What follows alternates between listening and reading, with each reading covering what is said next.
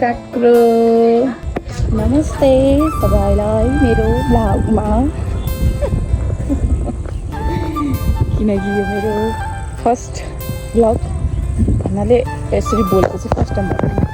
त्यही भएर के भन्नु सकिनँ माया गरिदिनु आजको चाहिँ मेरो ब्लग तपाईँहरूलाई अलिकति छोटो मिठो खट्टा मिठो छ होइन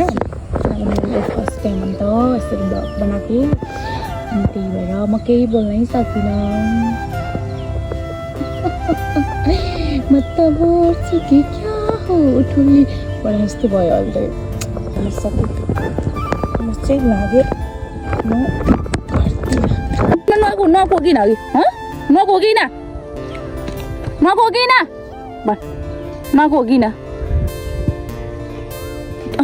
हाँसत किन पऱ्यो नकोकिन अघि नमान्ने के फुलबहिनीको फुलबहिनी हो त्यतिको नजाए भनेकै छैन है हामीले लिली कुद्दैछ बाटोहरू हेर्नुहोस् राम्रो हामी चाहिँ दिदीलाई भन्दैन भनेको सोधेको जब दिदीले पुगेर भन्नु के भन्छ बेलुका 5 बजी खिचाउँ भनेर नि अहिलेतिर आएको सानो हेर्दै के देख्यौ उकालो मैले हार खाएँ साथी हार खाएँ जय नमस्कार मलाई आउन मन लाग्छ नि त दिउँसो भनेको अब दिउँसो पुरै घाम लगाएर टन्टिराम सकिनँ मैले साथी यति नै मेरो सानो कुच्ची परेर हिँडिराखेको छु हेर्नु यस्तो बाटो सकिने भा सकिन लाग्यो अब निस्किन आँट्यो अब तपाईँलाई म त्यहाँ माथि गएपछि देखाउँछु यस्तो खतरनाक सँग ठाउँ छ होइन यहाँ चाहिँ अलिकति खासै हावा होइन मैले मेरो दिदीको घर आउने बाटो चाहिँ आइपुग्यो अब अलिकति उकालो चढ्नु बाँकी छ नजर त आइपुग्यो मेरो बिल्ली तम्सेर हिँड्छ आइपुग्यो सबैको साथी भयो मेरो मात्रै के भयो हो के भयो सबैको मात्रै भयो मेरो मात्रै के भयो पर्ने ठाउँ भनेको यो हो तर मकैबारी पलाएर चाहिँ यस्तो देखेछ यार ल अब चाहिँ आइपुग्यो दिदीको घरनिर देखाइदिन्छु ल तपाईँलाई कस्तो छ हेर्नुहोस् त नतर्सिनु होला है ल यो बाटोमा कहाँ हो यति उकालो छ कि म देखाउँछु ल अहिले म त्यही भन्छु के भन्छ रहेछ है दिदीको घर है सानो ऊ त्यहाँबाट दिदी बोलेको सुनिरहेको छ है ऊ त्यो घर दिदीको चाहिँ मैले बोलेको सुनिरहेको छ है के भन्दै रहेछ त्यसले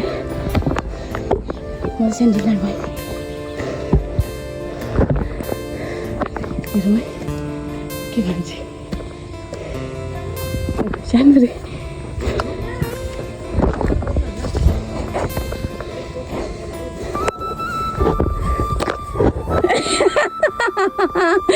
दिदी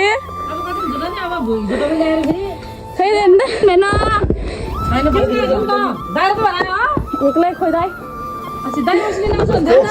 मेरो एउटा सानो आमा मस्किनुहुन्छ फेरि बिहान होस् दिदीले दिनुभएको ससेस दिदीको मैया आइया सेन्डी खान्छ हो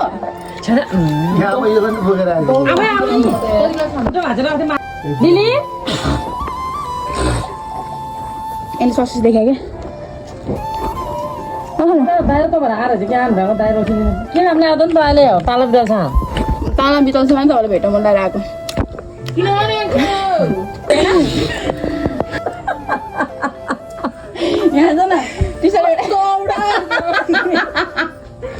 मैले घरबाट सोचिरहेको थिएँ कि दिदी खप्स यही टी सर्ट परेन के गर्ने होला सोचिरहेको त नभन्दै एउटै परेछ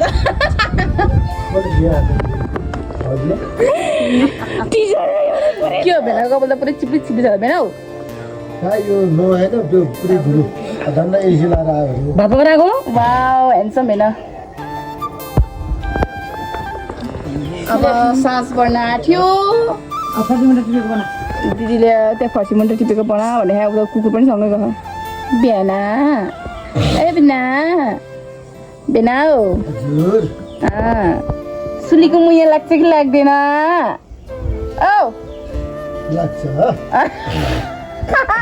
सुनिस् दिदी के अरे दिदीको भन्दा बढी सालीको माया लाग्छ अरे सुने होइन के अरे यस्तो भनिदिए ठिकै छ नि त यसो भए मलाई नानी दिदी खर्छु मुन्टा दिदी त्यो जान्दैन नि बुढी हो मान्छेले जान्दैन भनेर लाज लाग्दैन कति लामो देखिन्छ मेरो छ्यान्छ हात देऊ जान्न हात देऊ न गुड आको गुड छानुले कोच्छु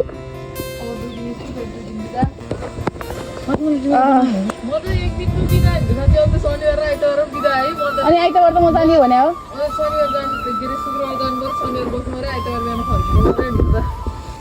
फर्सीको मुन्टा टिपेर हामीलाई नि साथी हो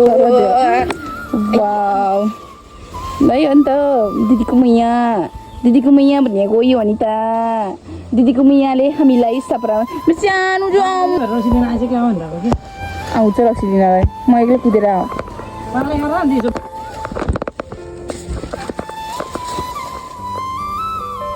आएको औँला सानो भएर त पनि अनि अड्दैन जाम दिदीको मैया हेर्नुहोस् त काँक्रो कत्रो यत्रो भइसकेको छ कस्तो भइसक्यो त दिदी यत्रो भइसकेको छ प्याकिङ गर्दैछन् दिदीले प्लास्टिक सुत्दा छोरी नरहेछ अनि अस्ति नि मैले पठाएर लिएको बा तिमी खाने त नि यहाँ दोकान पसलमा काम लाग्छ कि हुन्छ कस्तो दामी त फर्सीको मुन्टो भइरहेको छ यो थाहा भएर मान्छे भिडियो बनाएर बेलामा थाहा पाउँछ काँक्रो कत्रोबाट काँक्रो दामी लाउनु मलाई चिया थोरै भए पनि हुन्छ है थोरै भए पनि हुन्छ के को बढी स्टाइल हो र बोल्ने पनि ए भेना कसको सालीको भेना ओ भेना साली कसको भेनाको ल साथीहरू हामी त यही जान लाग्यो अब ल भेना ल हामी जान लाग्यो अब यस्तो रात परिसक्यो हेर्नुहोस् त साथीहरू ल जान यहाँ हाम्रो लुसी किन यस्तो भयो नि नानी आइज ल बाई बाई साथीहरू अँधेरो भयो म त गएँ कसैले बोकेर बत्तीबालाई किनभने यस्तो अँधेरो भइसक्यो त्यही भएर म फ्ल्यास लाइट के अरे क्यामेराबाट भिडियो बनाउँदैछु धेरै अँधेरो भइसक्यो म जाँदैछु घर पुगेर हजुरलाई ल्याउँछु ल फाइनली म घर आइपुगेँ साथीहरू